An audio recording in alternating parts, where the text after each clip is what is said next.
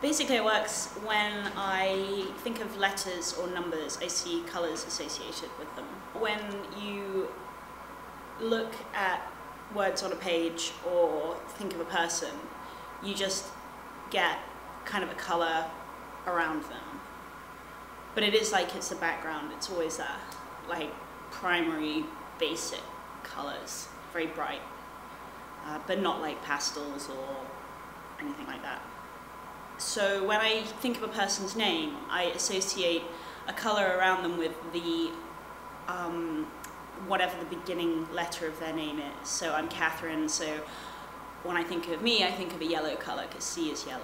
So it does affect the way I look at people because they have colours around them. Oh, it sounds crazy. The first letter is like the dominant colour. So yeah, whatever the first letter is. And that's kind of influenced as well by what the last name is. So it's like the first letter of the first name and then the first letter of the last name kind of mixed together. So, say I'm introduced to someone called Nathan, I immediately think, oh, orange. And they have this kind of orange attached to them.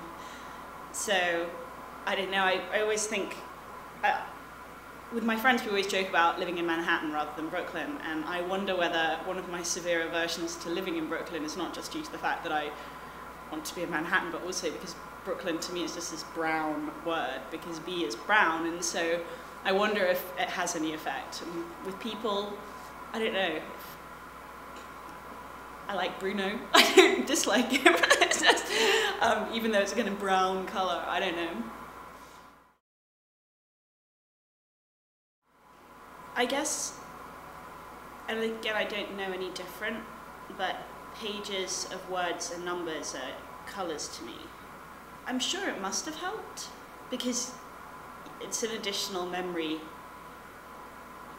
ability. I think in the back of my mind there's a sequence of colours that I would never learn the sequence of colours, but it's always there. So when I look back on certain things now, I can see colours going through my head as I'm thinking of a list. So I guess, yeah, maybe I do, yeah, I'm sure it must have helped in some way.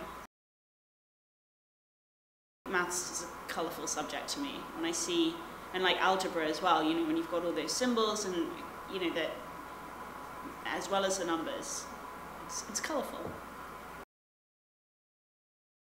Music was slightly problematic because I would always be very reluctant in the beginning to learn the notes. I would always want to learn the numbers because I could, and that's why I learn the letters, so you know, B, A, G, and because it was colourful, whereas there are no colours associated with a note on a page for me, nothing.